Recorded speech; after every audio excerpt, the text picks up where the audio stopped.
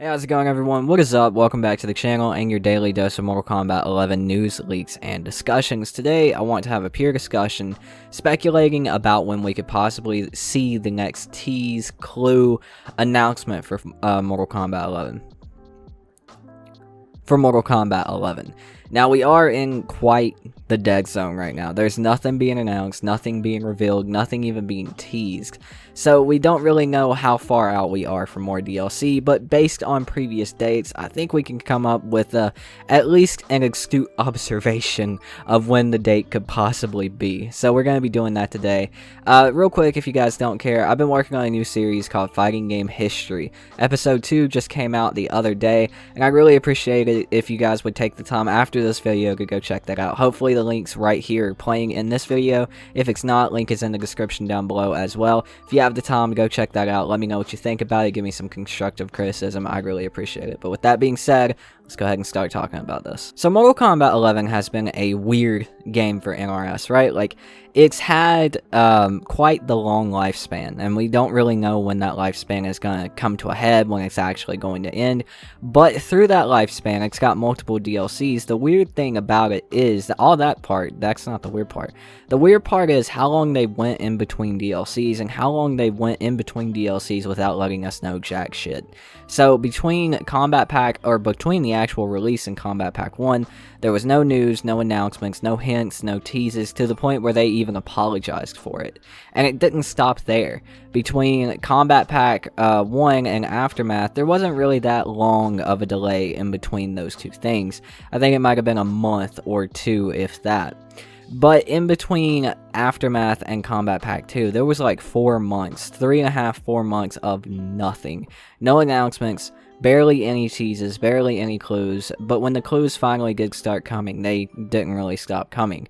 We got teases almost every week, almost every day, letting us, giving us an idea of what could be coming. And it was really weird because that was like 3 months into no news or no announcements. And now we're coming after Kombat Pack 2 to the theoretical Kombat Pack 3, and within a 2-month span, there has absolutely been no teases, no clues, no announcements, no nothing else. But based on the time span of everything else that we've had released, I think we can come up with at least an acceptable theorized date for a possible reveal, or at least the beginning of the clues. So, based from Kombat Pack 1 to Aftermath, there was like a month and a half, 2-month span with no news, no nothing else.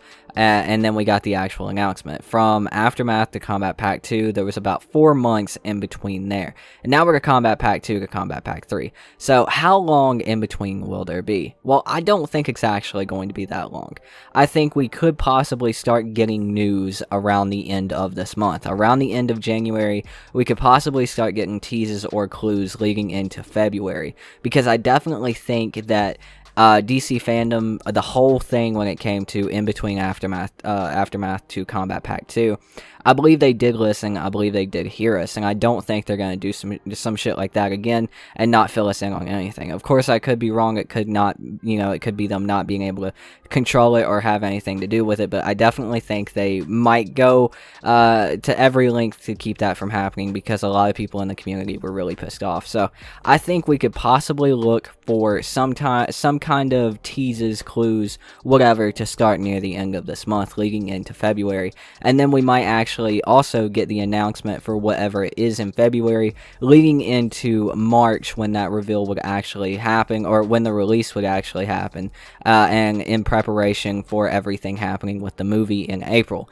Because I definitely think, while Ed Boon hasn't talked about it much, and while the Mortal Kombat game hasn't really talked about it much, or even at all, really, I definitely think there is going to be some tie-ins with the Mortal Kombat movie and Mortal Kombat 11 to promote it, as there was in Injustice 2. If you guys remember in Injustice 2, there was a Justice League tie-in with Injustice 2, where they had movie skins in the game. They weren't like the complete movie skins, changed the entire look of the character, but we did get the movie gear in the game. The Man of Steel gear, the Batman gear, the Wonder Woman gear, and I believe we got Aquaman and Cyborg as well. So I definitely think there's going to be a tie-in with the movie from Mortal Kombat 11, and what better place to start that than with Kombat Pack 3 released a month prior to get everybody excited for the movie, with exclusive skin pack tie-ins. Because as I talked about in yesterday's video, here's a link to that, we talked about the overall scale of Kombat Pack 3 and how big I thought it would be.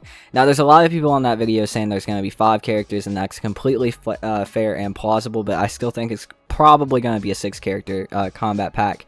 And if they do a 6-character combat pack, what they've done in the past, and even with Kombat Pack 3, they've usually always came with a skin pack. Kombat Pack 2 came with the Time Warriors pack, and Aftermath's combat pack, Aftermath's little pack, came with the classic skin pack with Frost, Scorpion, and Sub-Zero. Kombat Pack 1, of course, came with an assortment of different skins, and I think that's what they're going to be doing for Kombat Pack 3, having Kombat Pack 3 and probably the exclusive skin pack being something for these Mortal Kombat movie characters, having exclusive skins for the characters in game, because as we know in the movie there are the characters Scorpion, Sub-Zero, pretty much all the main characters. I believe Liu Kang's there as well, Melina's there. I think the characters that would be perfect to receive something would be Melina, Katana, and probably Liu Kang, or whoever Johnny Cage is going to be. So it's probably going to be the perfect time to actually promote that, and the reason why I think nothing's been revealed or announced or anything or even teased at yet is because we don't know when the Mortal Kombat trailer is coming. I think we'll probably get the announcement for the Mortal Kombat 11 Kombat Pack 3 probably not too far after the actual trailer for the movie, because if it does come with a skin pack that ties into Mortal Kombat 11, then that would mean that if they go ahead and announce that stuff and reveal that shit, they're going to be revealing shit for the movie before the movie actually reveals it itself with trailers. So I think that is one of the main reasons we haven't gotten anything yet. I do believe they are definitely going to tie shit into the movie. I could be completely wrong here, but this is my theory because it's what makes sense. If you have a Mortal Kombat game that's already popular, released, and still really receiving content, and the movie is coming out in that same span, why in the hell would you not cross-promote? That makes no sense whatsoever, seeing as they are the same brand, maybe not in the same universe, but the same brand, and you want to promote both. That's what makes sense to me from a business standpoint, from a brand standpoint. Just beyond that, that is what makes sense, and that's truly why I think we haven't gotten any news yet, and why we won't have a reveal until the Mortal Kombat movie trailer comes out. But that is my opinion, guys. I'd love to hear what you guys have to say about it in the comments down below. This is what I think is going to happen, because again, why would you have two things for the same thing happening at the same time and not cross-promote them, right? So that's just what makes sense in my head. We'll see what happens. I could be completely wrong, but I am very genuinely curious to hear what you guys have to say about it. So leave those comments down below.